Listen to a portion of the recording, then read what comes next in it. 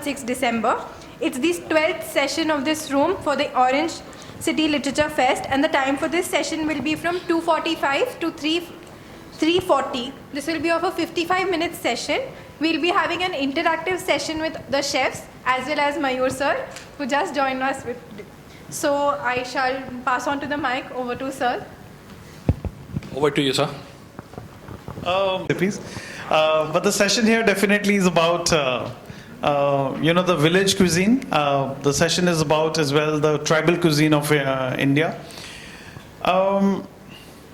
Where shall I start from really? Because I think about the tribal cuisine, it's I think one of the most simplest, the most nutritious of all cuisines, I would say. Because food is nowadays more of an invention and creativity. But when we talk about the time when the humans started fetching for their food, it was mostly about the necessity. So necessity was the mother of invention. And the beauty of that particular food was that you would create the food with the possible ingredients around you. In India today, we have more than 570 odd plus clans of tribals, and around 68 million people in all across India who are from the tribals, and they wish to stay like that. With the modernity happening, with the cuisines that India looking forward to, the Western cuisines, and incorporating French and Italian and Greek, etc. into our economy, I think those people really focused on their own traditions, their own food. I was amazed when I was reading about it that they have close to 51,000 ingredients. 51,000 plants, I must say. Not only ingredient, 51,000 plants. If I go across this room, I don't think I will get a number beyond 70 or 80 plants. That also I'm thinking I'm aiming too high. Palak, methi ke baad we'll struggle for this. And imagine 51,000 plants to choose from. And some of the things are so unique, like home ground rice mixed with water, created like a dough, in a camel leaf flour, closed, put in the fire until it got charred, burnt, and that roti you would had with pickles, etc. Very interesting, it's survival, because the human is all about survival. Aapne kabhi dhyan diya when you're sitting in an interview room, and when a tough question is asked to you, what starts happening? Youngsters, I'm sure that you have this all the time. What starts happening to us? The legs start moving. Because we are of animal instinct. We have been created by God that if a tiger comes in front of us, it's a situation where you have to run. That's exactly what happens in the interview room. There's a tiger in front of you, but unfortunately you can't run, and that's why your feet by default start moving, because you want to actually run away. And that is what the animal instinct in us helped develop the tribal cuisine. There are amazing dishes all across. If you see in Arunachal Pradesh, there is one of the dish called pasa. Now this dish is so unique. This dish is basically they take the fish. So all these tribals always, were either on the foothills of the Himalayas or on the Western Ghats, and they were very close to the mother nature. They would stay where there are ponds nearby, there are animals, there is vegetation growing, so that they're never out of the food. And it is so amazing. Even in if you look at 30 years ago, our house economy, 70% of our economy, of earnings of the family was spent on food. Today, unfortunately, 70% are spent on technology. And we spend very less amount of what we earn on the real food. And we are all looking for cheaper options, cheaper food, khana sasta kahan milega. So wherever it is about cheap food, you are somewhere down the line playing on the nutritional element. You're playing down upon the kind of food which is not meant to be eaten. So there are various things, and food is like a crazy industry. You can have profit margins from some percentage to many percentage. But when I talk about 30, 40 years ago, I think the produce that was bought into the home, it was a very, very nutritious meal, and people concentrated. Food was a celebration. People would sit around, and that was the main attraction. Kya aaj kya bana hai ghar mein? There was an excitement. Not today's kid, aaj kya bana hai, mama, McDonald's ka burger la do. So we have changed quite a lot in that part. So I was coming to this Arunachal Pradesh. So this dish, where they catch a fresh fish. So imagine, it's a fresh fish. Not 1 hour old, freshly caught fish. The head and tail would be chopped off, skin removed, and this fish would be ground into a paste with different spices. And then you have a kind of a leaf which you mix like a juice of that leaf, home ground, and then it's almost like pickled, very flavorful season, and that was had at a dish. And today when we look at, countries like Peru, which are making dishes called ceviche, where we have sushis and sashimis. So there are presence of that kind of raw foods, etc. in India. But there is a reason why these people did that. They did that because they wanted to hide from the enemy. If they were in a jungle and if they were found cooking, that smoke, etc. would lead them to get caught by the other tribal clan and get killed. So for that survival, that is what necessity is the mother of invention. So that kind of scenario gave rise to certain dishes like that. Unexplored. And people who are vegetarians, I can understand when I talk about fish of red, raw paste and all that being eaten, you will go yuck. But even for people who eat meat, for example, eating raw sushi, first time is quite a difficult thing to gulp it down. Slowly, I think some people really start loving it. My daughter started having sushi at the age of 5. And she craves for sushis every 3 months, but that is about how they spoiled they are sometimes, being chef's children. But I think it's all about. I think we should go back to our roots. We should hunt down, what's important for us, what is nutritious for us. I'm not against getting a nanza, the naan with the pizza topping, like I was talking about in last session. I'm not talking about the konzas where you have the pizzas in the cone. It's all great, but let's explore the kind of cuisine that our country is famous for, the culinary heritage that we are soon going to lose. 20 years from now, people will think, oh, dahi ghar mein bhi jam sakta hai, because people will forget. Forget about pickles and all. Trust me, there are pickles that our grandmoms and all used to make. We only talk around the table ki oh, meri dadi ma ye banati thi.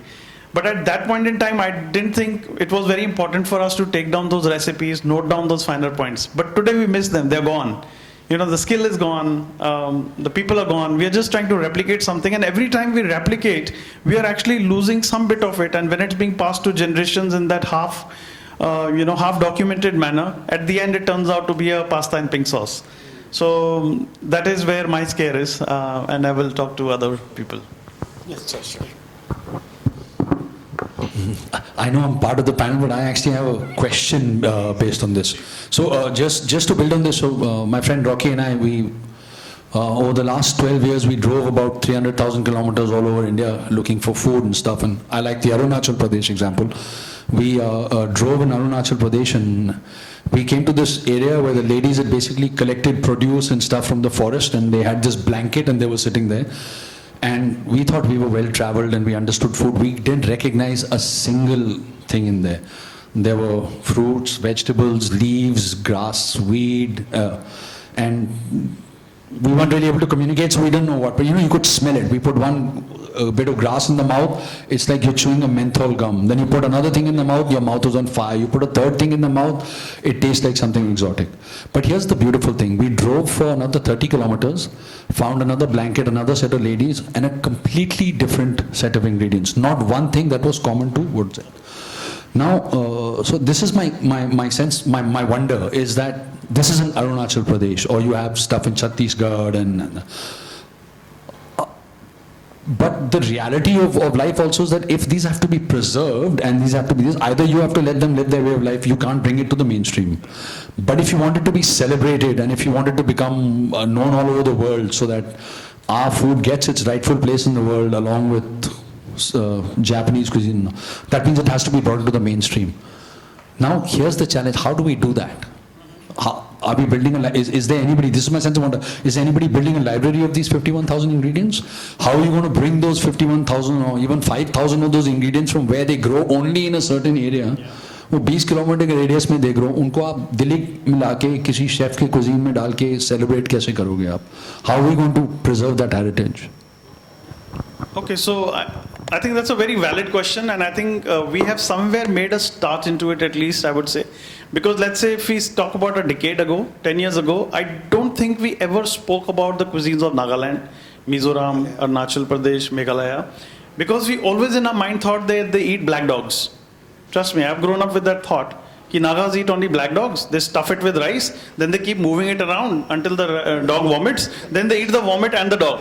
You know how ridiculous to have been conditioned with such kind of food stories, because I'm sure they have been passed. Of course, my parents didn't make it up. I'm sure they've heard it from somewhere else. But I think now we have people coming in from catering colleges from Nagaland. We are recognizing chefs who are homegrown chefs and who are setting up their Naga restaurants in Delhi. So we are slowly getting exposed to it. I mean, 5 years, 6 years ago, I don't think any Indian would have heard of Burj Jorokia chilies, which is one of the spiciest chilies in the world. And I remember 7 years ago thinking that I'm a very brave man and I can eat so many chilies at one time. I popped one small whole Naga Jolokia into this thing. My stomach was on fire. I drank milk and, it was literally on fire. And after that, I've never had the whole Naga Jolokia or Burj Jolokia as it is. But yes, we are coming close to those ingredients. One step further, he did it on television. And ice cream and fire extinguishers. His pony would have stood up like. Phone calls to call his mother and wife to say, I might die. So I think we're making a mark in that, and I think what is important for chefs who are in the creative fields of hospitality, who are famous chefs or educated chefs, I don't know if how open the people are to share. I think, but we should go in there and make them famous rather than making them realize that we are here to steal your recipes and make our name. I think they are the people who are the heroes. They should be made the heroes. We should popularize them in a way. And with our creativity, I think we can use that, smell that and say, oh wow, can I make tempura out of this? Can I convert this into a chaat? Can I make a spring roll in this leaf and fry? So that is where, because it's an acceptability factor, because you might not want to eat something which is typical because it's a taste that is developed with that fermented, strong flavored food. They don't use spices so much. They hardly use oil in some cases. हम कह रहे हैं कि प्याज महंगा हो रहा है उनके खाने में प्याज भी नहीं है and they have gravies which are thickened with red rice which have been bhunod till they're dark in color and then there is ground to a powder, and that gives a thickening to your recipes. They would use vegetable purees as a base for their gravies. So प्याज 150 भी हो जाए तो कोई फर्क नहीं पड़ता उनको ना, because they don't use onion and all. So there's a very different recipes altogether, and I think documenting that thing, because it was the way of their life. But I think if we are educated, I would request you all who travel, share the information. I mean, I follow you on Instagram all the time. I take a lot of notes. But I would be very interested to help people document it as well, and and get the scientists to talk about that. What is the nutritional value, and popularize something which is health related. Because I think today everybody is talking about health, and that's why millets have suddenly come up, because we are talking about the health aspect. So I think health and nutrition is the way forward where we can popularize it. It's not an easy task, but it will take time, but at least we should start with it. I will add to that. Chef, now in the CL, we have 3 months back, we have a function at Delhi, at CL. And you will amaze, the Meghalaya cuisine has been introduced in such a way. There are 50 stalls for Meghalaya cuisine. And not only this, they have a different stalls for the ingredients also. So they have showcased their ingredients. You don't remember, they have shown us the coriander leaves. If you see the coriander leaves of Meghalaya, you will don't know that this is the coriander leaves. It looks like coriander leaf. It's totally different. It looks like a spinach, sort of spinach, but it's a coriander. When you smell it, you will come to know that yes, this is a coriander, but it looks like a spinach. So there are so many ingredients. Even if you show it, you won't recognize that. Okay, this is what. So, but now the IFCA and the CL, they are doing promoting, and most of the thing is, I think in this January or February, we will have a new one CL program at Meghalaya. So where they will be able to showcase their cuisines. Chef, yes. Every time when we think it of the lost recipe, so always we heard that we are missing those recipes and food.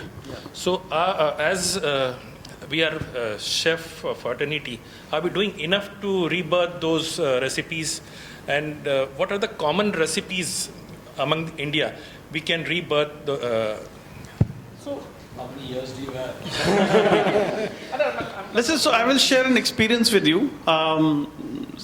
I was writing textbooks all the time, and after writing 5 textbooks, I said enough of textbooks, because I have to keep writing, and I don't know if students are reading, and students are cursing me that this man would have had fight with his wife and has written a chapter after that, because we used to do that in our time. कि क्या ज़रूरत थी इन author को इतना सब लिखने की textbook में, typical science books and all that. So I wanted to write a book on the langar cuisines of India, and for that I was fortunate enough to be introduced to Captain Amrinder Singh himself. So through some sources, and he said, listen, we can do, I mean, he gave me some story about it, which it'll take a long time to tell that. But he said, listen, if you're interested, I have some recipes from the royal gharanas of Patiala, which we used to do, and their collection is around 300, 350-year-old recipes. But the problem is they're all written in Gurmukhi. I said, sir, if I can get it, then he said, yeah, you have to be careful, because if you turn the page once, you don't know if you're going to go to the page back.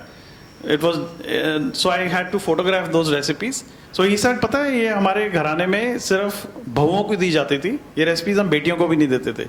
So I said, wow. He said, because this is like the riyasat, and if you give it to a daughter, then daughter is going to walk away with it. So you give it to bahu. So in my trembling voice, I asked, so Captain Saab, why didn't you give it? Why you're giving it to me? He said, kisko do? One is French, one is Swiss, one is from Sweden, one is from England. So I got the message. I was very happy. I took the book. So I got it translated. I'm very good at reading printed Punjabi, but I can't read handwritten Punjabi. It becomes very confusing. So I distributed it to my cousins, mother, everybody. And I managed to write that document it in an English form. And at the same time, I grabbed an opportunity. I asked him if I could do food promotions at Oberoi hotels. So successfully, I actually conducted 3 food promotions in Oberoi hotels. And this was called as Riwayat-e Patiala. The Riwayat means the traditions. And I was so amazed with these recipes that I was happy that I could at least translate it down. And now when I try those recipes and make few changes, etc., probably the idea is to come up with a book on the royal gharanas of Patiala. In that 450 odd recipes, there is not even a single recipe of a paneer. Yeah. Aloo is only at few places because it was one of the most expensive ingredients at one point in time. When Nawab Wajid Ali Shah actually went to Calcutta, he actually went to get his gaddi back. And he had gone with 200 of his Khansamas. But when British refused to give his Nawabi back from Awadh, he didn't have face to come back. He stayed in Calcutta and formed a new Awadh there called Metia Burj. And from Metia Burj, he created the Mughlai cuisine of Calcutta. That is where the Rizala today and the biryani of Calcutta, which is very popular. And that biryani had one big piece of potato, one anda, and one meat piece. And today's probably, a lot of chefs think, he had gone so poor that he had to resort to aloo. That time, aloo was more expensive than the gosht, because the aloo was imported by from the Portugal and these places. So he had to prove a point to say that if I have lost my gaddi there, I'm still rich that I can serve you a potato in a biryani. So isliye aloo ka gosht, potato. So this is not that we wanted to feed, we were a poor country. We were one of the richest in terms of culinary heritage. We spent everything that we had on our food. In fact, Western world, you see, they don't spend so much on food particularly. I would say Italians, yes, but others are all packaged food. Rarely it's a celebration when a family gets together to eat something on the table. So we as a country, the food is the most intrinsic part to our culture. Getting together, cooking together. That's a big stress buster. Today people do it for fashion and post pictures on Instagram. But I think it was the way of our lives. Very, very true. Like we all are belongs to Nagpur. Do you know that which is the tribal cuisine of our region? The problem starts from here. Actually, the awareness of tribal cuisine, we are here, we are staying from Nagpur in this region from so many years. But do we know that which is the tribal cuisine of our region? So, because nobody knows it, there are only, I think 4 or 5 people must be knowing that we had this area is called as Gondwana, and there was a Gond king, and that cuisine is a tribal cuisine in our region.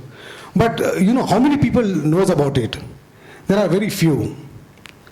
Forget about the recipes, forget about the name of the dishes, but the cuisine is also existing. There are only few people who knows about it. So Sauji is also. No, people have a wrong marketing about Sauji, that Sauji is a spicy food and it's a hot food. No, it's not a hot food. It's basically a tribal food from Madhya Pradesh. the people, now it's in Chhattisgarh, but earlier it was of Madhya Pradesh. And Nagpur was the capital of Madhya Pradesh. And they were one community called Halba. So this community, they are very good in weaving. And because the Nagpur has a Empress mill here existing long back, so these people used to travel from that part to this part for a search of job or to sell their threads and all. A few of them, they used to get the jobs, but rest they started feeding with this cuisine. This tribal cuisine is very simple because they don't have onion, as the chef said, they don't have onion as a thickening agent. So they started using rice or the Bengal gram flour or chana dal as a thickening agent to their gravies. But still, now what we did with that Saoji cuisine, we messed that Saoji cuisine with lots of rich chili powder, lots of oil and on the top. And so this is what means, because it was not documented. The main reason was the Saoji cuisine was not documented. So whichever hotel thought of this is Saoji, so they made it according to that and they started serving the food.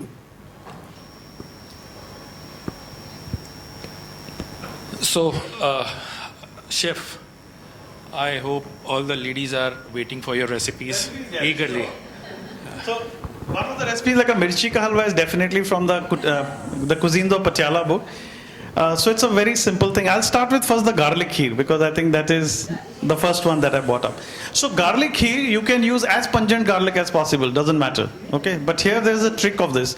So first what you do is you take garlic cloves, like 1 cup of garlic cloves, and this garlic clove you put it in cold water and bring that to boil. Okay, now there's a lot of science behind everything. In a cold water, because there is oil in the garlic, that the oleic oil, which is slightly pungent. So if you start in a hot water, it seals the pores of the garlic and the oil is trapped inside. So you start with the cold water so that the oils and the flavors start leaching out in that water. And when it comes to one boil, you strain it off. Okay, wash the garlic, put it again in cold water and start it again. You do this 3 times. Okay, the 4th time you take clean water, cold water, and you put alum salt, fitkari, with that. So when you put fitkari, it magically removes all the extra pungentness from the garlic completely. Boil it, you will see the water turning green. You just strain it again and then wash it. Once you washed it, now bring it to a boil with cold milk and let it come to a boil. Now when it comes to a boil, you drain the milk off. So now you have garlic in the 5th step, which is ready and looks like almonds. And now what you do is make your rabdi, like reduce the milk, add saffron, elaichi powder, etc. and add this garlic into it, a chammach of ghee, and let it cook for some time. Brilliant. Your husbands will love you for it. Ki itna badam dala hai aapne. It will not taste like garlic at all. So that is also called as Benami kheer. And this was the royal kings of Awadh who would surprise the other people by creating such lovely delicacies, and others would get surprised. The mirchi ka halwa is, so any questions on Benami kheer? Okay, I'm sure you're not listening, you're recording and you'll play back. I hope the recording stays on. Yeah. In the cold water, add fitkari, bring it to a boil. It'll turn greenish, then you drain off. That's why we cook it in milk, otherwise garlic will be found as green in color. So that is the trick to actually now boil it in milk, to make it white again. For mirchi ka halwa, you can take capsicum and hand grate it from the kaddukas. Okay, so it can't be pureed in the mixie. Hand grate it so that too much of liquid doesn't come out from it. Coarse one. And then you take ghee. You add that grated capsicum, and you keep bhunawing it for almost 15-20 minutes. So first it will leave the water, and slowly then all the ghee, you will see the ghee there. At that point in time, put sugar in it, put little elaichi powder, and allow it to cook. You'll see ghee surfacing on the top. Put it off the flame, and after some time just put grated khoya on top and just cover it. After that you serve, people will not be able to make out it was made out of mirchi. And that you can do with yellow capsicum, you can do with red capsicum, you can try anything. So 2 simple recipes for you to try. So do try it out. Can we hear loud for him? What happens, how quickly you did. You were calculating the time. मेरे को महीने लग जाएंगे. Wow, that's fantastic. 3:40. अभी time है. But same thing. They're the same things. Is there anything more you want? A quick recipe from our lovely chefs. We can share one or two recipe more. But any questions? Any questions? Yes. Let's make the session interactive. And I just love the traditional monthal that is made by my grandmother. Wow. And she taught that to my mother, and unfortunately I can't get the danedar part of it, you know. So that is one dish that I've always been in awe with, and I have tried it, tasted it all over the place, but it never matched the standards of what my grandmother made. And probably that is the reason since when I started loving the Indian sweets. Nothing to do with the ice creams and the cakes and all, but the Indian sweets. So probably that is what made me a foodie, and I'm trying to cut down on the sweet, but it's okay. Thank you. So unique.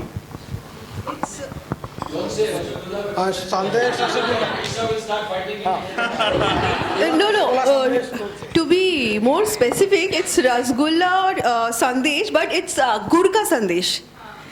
It's Nolan gur sandesh. Something more unique, which is. In dessert, you want? Yeah. Bhapa sandesh. That is steamed wala. Something more unique than that. Because when I tell you the name, you will go like, oh. Parwal ki mithai. No, something more unique than that. Oh my God. Are you sure you're Sweets. Okay, so one, have you heard of something called Lady Kenny? Yes, yes, Okay, yes. so now, do you know how the name Lady Kenny came about? No, not exactly. So it's an interesting story, and this is the food stories are so amazing that how we forget histories over a period of time. Lord Canning's wife, Lady Canning, once visited Delhi. She loved the gulab jamun that the halwais prepared. She took it back to Calcutta because the head offices of EIH were in Calcutta, and she said to the cooks, here's the dessert I had, please make this, replicate it. Now they turned their heads around it, but it was made from khoya, because gulab jamuns are made from khoya. And khoya in Canada, which is called like a cottage, soft cottage cheese. So they tried something out of it with cottage cheese and make it resemble like a gulab jamun, gave it to her, she liked it, and they named the dessert Lady Canning. Now over a period of time that Lady Canning became Lady Kenny. Today, every sweet maker sells it at Lady Kenny, but if you ask them why is it called like that, they will tell you, Ami Janina.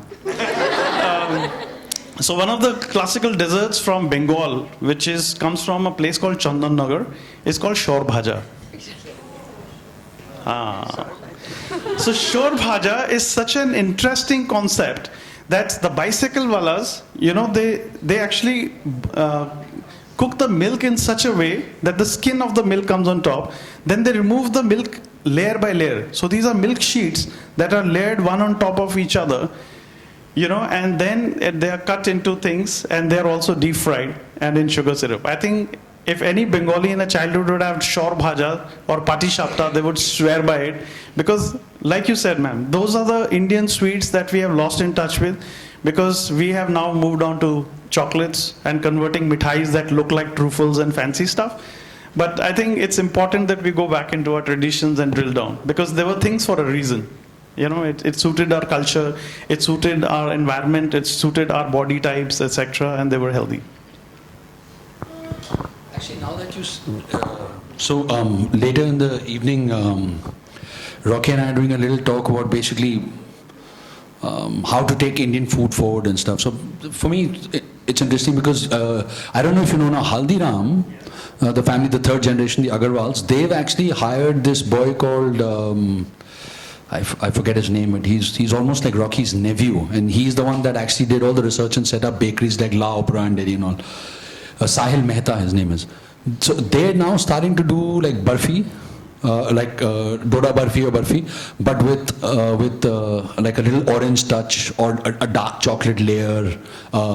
Because what they're also realizing is that as long as they keep the basic soul Indian, maybe just a little bit of this embellishment makes it something a little more familiar, and you can open more doors in the West. Because like for example, what you're describing, today in the West, everybody will be like, full cream and then deep fried in this. It's very bad for your heart, very bad for your this.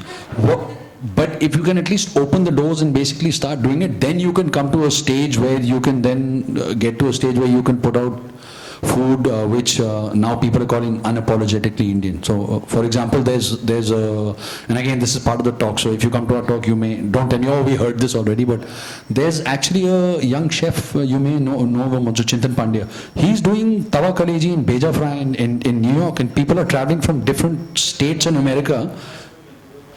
There you go. So, so you know, so that's amazing because I mean. Actually, many cultures eat organs and this and that, but then to fry it and stuff, and here even most Indians, when they think here's stuff like, beja fry, they're like, who's going to eat the brain? But he's doing stuff like that. So do you think, even now, to come back to the whole tribal cuisines and folk cuisine, is that a possible route where you can not be so... stuck to the whole thing कि ऐसा ही है तो सिर्फ ऐसा ही होगा, and instead think of inventive ways to use that same ingredient so that it can at least be saved, or is it important to just keep it there? So again, tell you a couple of months ago, chef Daniel Hum, who's the owner for 11 Madison Park, 3 Michelin star restaurant, was in India. And he was on top of a rickshaw traveling the bylanes of Chandni Chowk, and he went to spice markets and so many things. And if you see on Instagram, if you see his presentation of a simple dosa with chutneys, it's mind-blowing. And sometimes I think, oh my God, such a simple thing. Why didn't we ever think of it? But just the presentation, how he's presented everything is so elegant and something I'm sure that in India, if you would pay 100 rupees for that, somebody there is paying him $100 for that kind of meal. Indians. And they're saying, wow, I've never had this dosa back in India types. So I think, yes, what you were saying, we are far behind from that. First, I think we have to get hold of that cuisine and see exactly that what was the reason the food existed, what are these ingredients, where can we find them, and once we are aware of the cuisine, it's only when we can start to look at creativity. Because when you learn a language, you first have to learn the alphabets. When you learn the alphabets, you have to start making the 3-letter words, and only then you can learn how to write sentences. I think we are still on the alphabetical stage. We are still trying to get to A, B, C, D of ingredients of tribal cuisines. I think the next step is 3-letter word sentences, and then we can write a poetry of our own.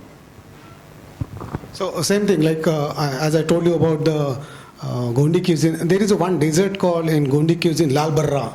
The name itself is very, but what is this? What you eat balushahi? So same thing with the balushahi, but it is stuffed.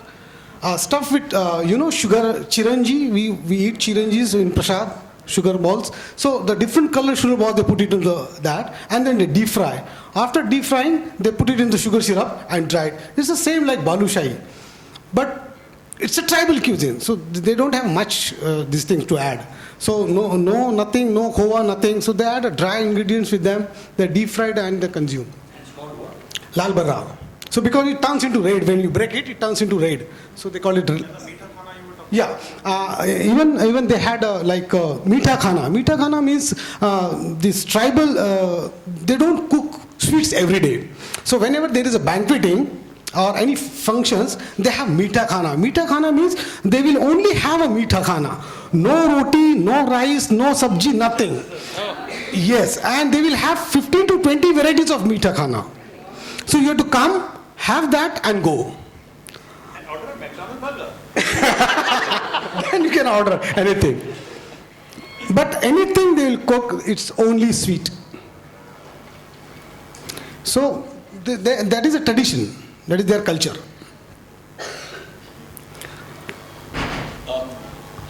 Sorry, I'm full of questions. Please. Is it currently, is there any resource that is actually documenting all these tribal cuisine and stuff? For example, I know Chef Manjit Gill has this amazing library and stuff. So in fact, it's been on my mind whenever I see him next. I want to ask him, has somebody started doing this? 51,000, I didn't know this. I thought I knew a little bit about Indian food, but 51,000 things. Is somebody even attempting to document all this? If you hunt on Facebook, Chef Ashish Arora, he's been working a lot with the tribals and the village folk women of Uttarakhand. And he's actually made his culinary research center in some place far away from Dehradun. And he has actually made the traditional cooking pits and all, where he's inviting people slowly and slowly. So he's just started, actually his thing is going to start in also next 15 days. Ashish Arora is his name, and they're doing a fantastic job. And he already claims to have more than 5,000, 6,000 traditional old recipes that has been handed down from generations to generation. So he's definitely working on it for sure. Yes. And he's open to people to come. In fact, you and Rocky should make a trip there, seriously. I will give you his contact details after this. He'll be very happy.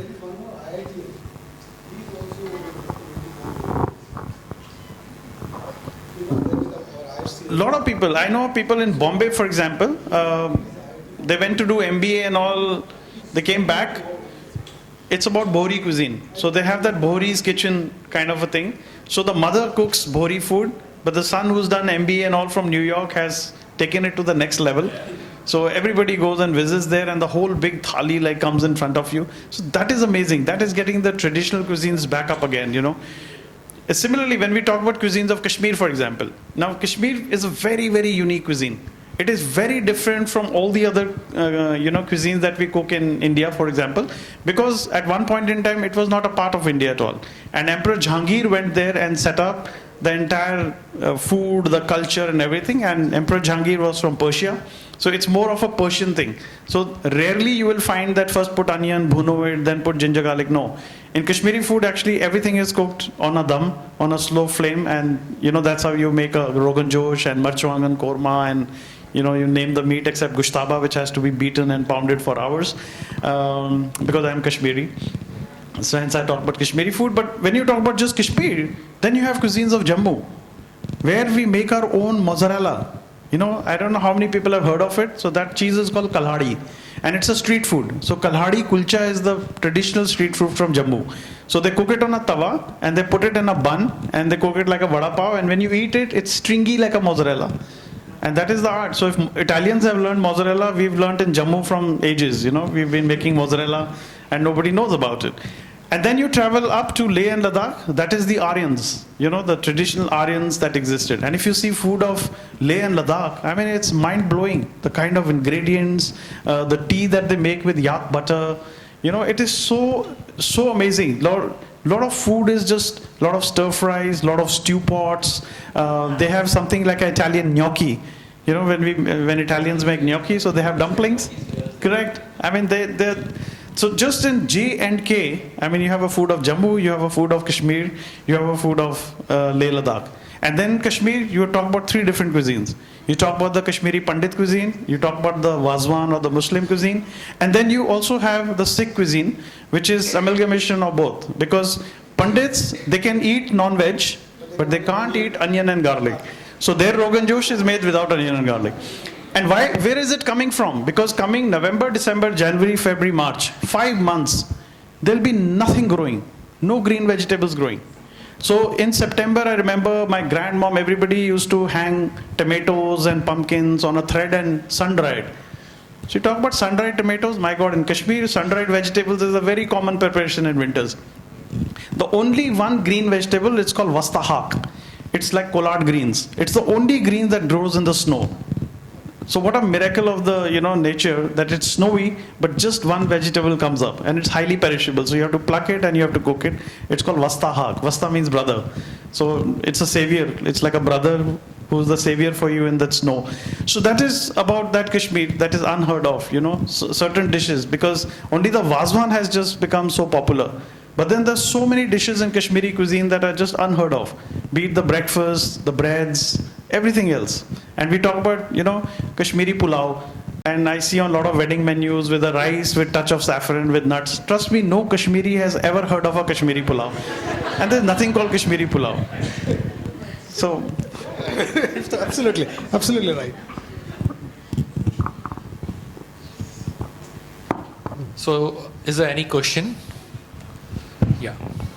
Please, somebody ask us. I've got 100. मेरा question बहुत simple है, जैसे कि आजकल की जो Indian ladies है specially उनको, और जो मेरे एज के हैं, अगर मैं उनको बोलूँ कि भिंडी की सब्ज़ी या गोभी की सब्ज़ी बना के दिखाओ तो उन्हें नहीं आएगा, बट इटालियन पास्ताज और पिज़्ज़ाज एंड ये वो आराम से बना लेंगे. सो ऐसा क्या करना चाहिए जिससे वो मतलब वापस बैक टू मतलब इसमें आ जाए कि वो घर का खाना बनाना सीखे? मतलब रोटी गोल नहीं बनेगी लेकिन पिज़्ज़ा ज़रूर बन जाएगा. They should join Hotel Management Institute.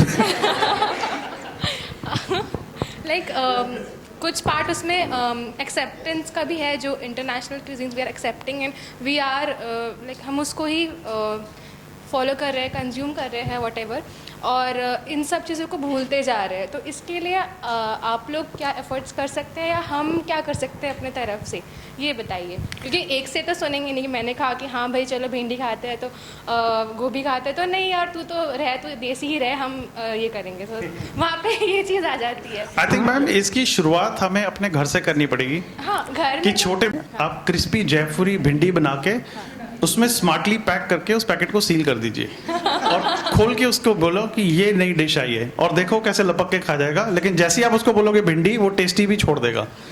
तो आई थिंक इट इज़ हमें अपने कल्चर में आई थिंक धीरे धीरे बहुत सारी, और व्हेन यू टॉक अबाउट भिंडी, तो भिंडी की बहुत सारी डिशेस बनती हैं. मे बी भिंडी की अगर मुझे कोई भिंडी तरी वाली सब्जी देगा तो आई विल फील कि क्या दे रहे हो, बट भिंडी can be made in many ways.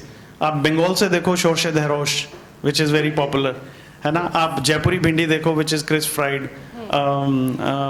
या गम्बो, मतलब it's famous in the world. Caribbean islands में वो भिंडी को काट के उसका सूप बनाते हैं.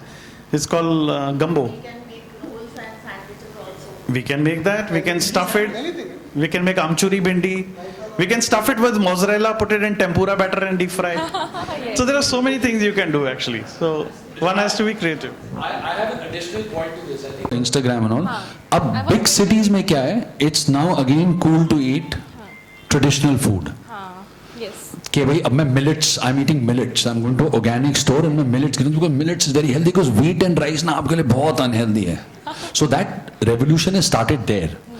Now what's happened is in smaller cities and this now अगर unfortunately आप लोगों का pace बहुत जल्दी बढ़ेगा because you have access to social technology. Yes. तो अब आप देखोगे, आप कहोगे अच्छा you know what कि राइस से बन सकता है, भिंडी से बन सकता है, but you don't need to eat pasta, you don't need to, because all these things are also actually fairly easy to make. हाँ, yes, they are. इसमें एक छोटी सी चैलेंज ये आती है that a lot of our foods, because a lot of our foods are based on recipes जहाँ पे on our mastery of spices, and I don't say this as a chef, मेरे को खाने का शौक है, मेरे को बनाने का शौक बिल्कुल नहीं, but उसमें थोड़ा सा साइंस और लगता है, उसमें थोड़ी सी कॉम्प्लेक्सिटी और है, थोड़ा दिमाग लगाना पड़ता है, थोड़ी जान लगानी पड़ती है, थोड़ा टाइम लगाना पड़ता है. It's basically laziness. If people are willing to apply themselves and instead of putting 20 pasta pictures on Instagram, if you use that extra time to actually learn 2 things and do that, there are many chefs who are doing that now. I don't know if chef has in recipes डाल रहे हैं, Yes. and a lot of people are following it. So I don't necessarily agree. Maybe you and your 3 or 4 friends are very lazy and they're saying कि नहीं हमें pasta बनाना है. But for the most part now, the wonderful news is that in India, all of us Indians, and not just ladies and not this, but young men, are excited again about Indian food and Indian ingredients and wanting to do stuff with it. And that is a huge thing because from there, once we start taking pride in our cuisine, then when we travel, then when we do this, we'll be able to talk to people and say, "Acha bhai, हाँ, exactly. I will not go into a curry house and eat क्या balti, पता नहीं, I don't even know what they call balti chicken or whatever, because we'll be proud of our food." So now that is started. हाँ. So good days ahead, very very good days ahead. Okay. No, it's I will add something into it. It's not that ki pastas and noodles we are eating 10 years before or 15 years ago. Long back, you go and see your houses, you had sevai.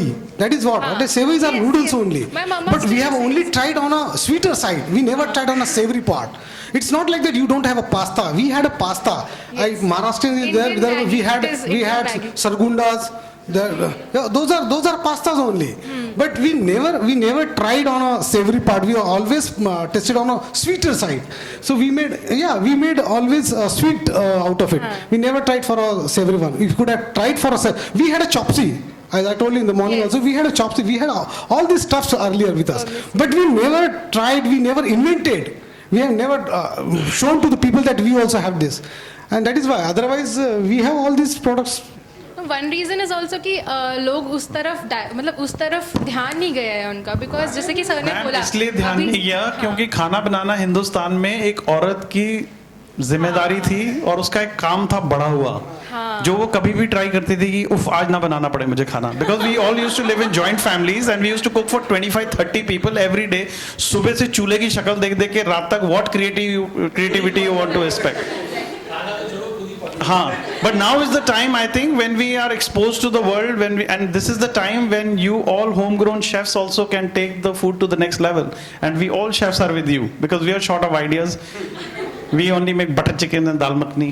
Yes ma'am. Yes hello sir sir मेरा ये question है जी। कि I love to cook food जी। पर जैसे पूरा week अगर घर का खाना खा लेते तो माय हस्बैंड इज लाइक अरे कब तक घर का खाएंगे चल बाहर मैम एक दिन आप बना के बोलो कि आज पड़ोसी के घर से आया है. Keep changing the thought process. Time and effort that you put into feeding. I mean, that's the greatest service. Rocky and I always say, हम लोग सिर्फ 3 टाइप के लोगों के लिए 4 टाइप के लोगों के लिए खड़े होते हैं. For chefs, always we stand up. For ladies, always we stand up. For older people, we stand up. For Fauji's, we stand up. These are special people. So cooking for somebody is, and you know that's why they always say you can go and eat Michelin star restaurant, but your mother's food, your grandmother's food. Why? Because it's the greatest expression of love that you can show family. Yeah, that's So, if it doesn't like the food,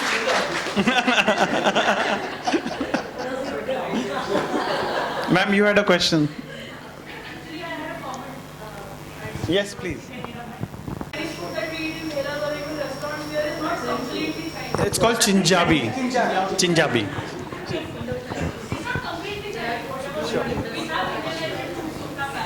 Sure. Yeah.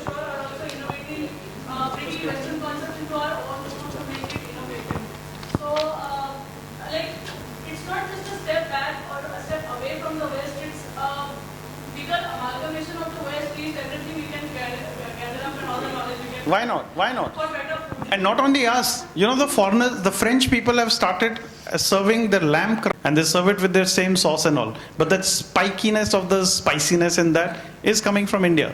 So many things. I mean, the black pepper, we were the ones who grew black pepper. America was discovered because Christopher Columbus forgot his way coming to India. So we are responsible for America today.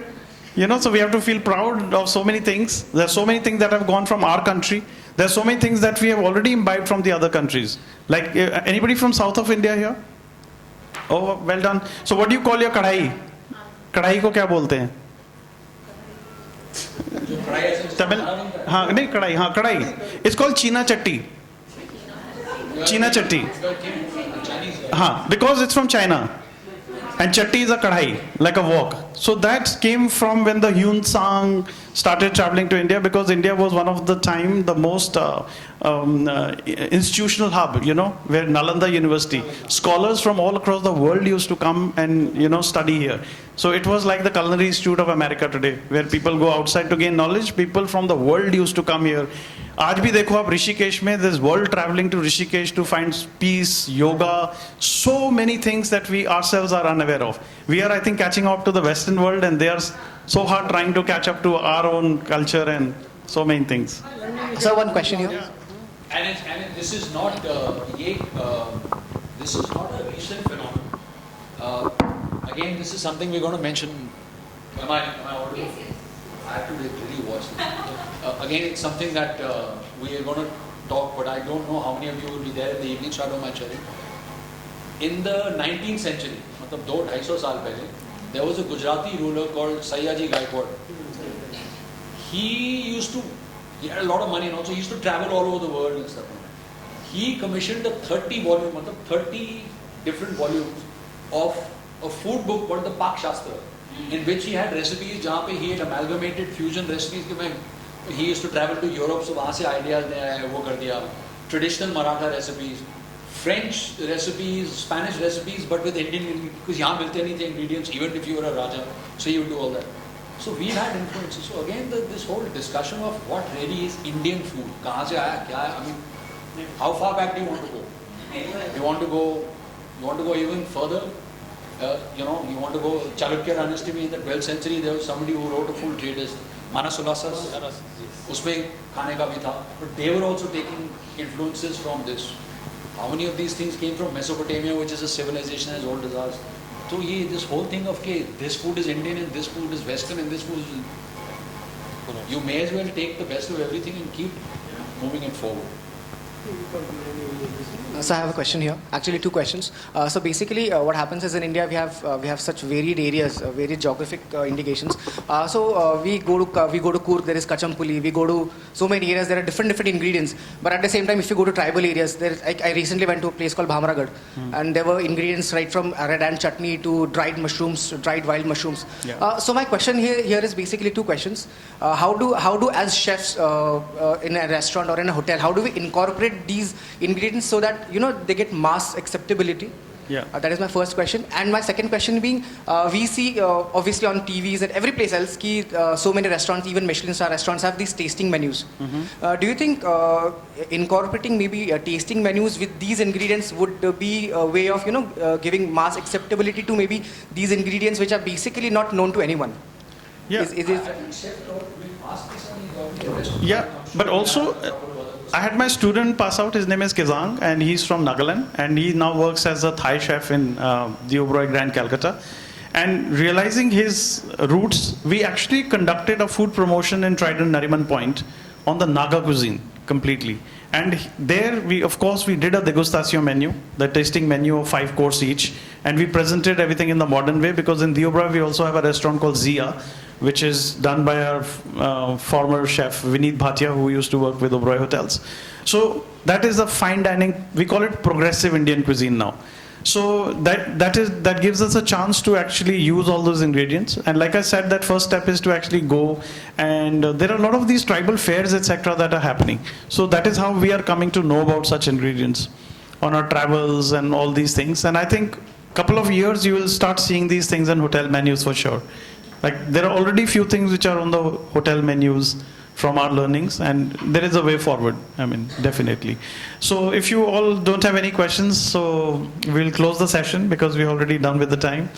Otherwise, we are happy to take one more question if anybody has. All right, thank you so much. Everyone, I thank all the panelists for the inputs that they have given, and I'm sure that every one of us will use these tips and tricks that Sir has told us. Except the one about leaving hospital.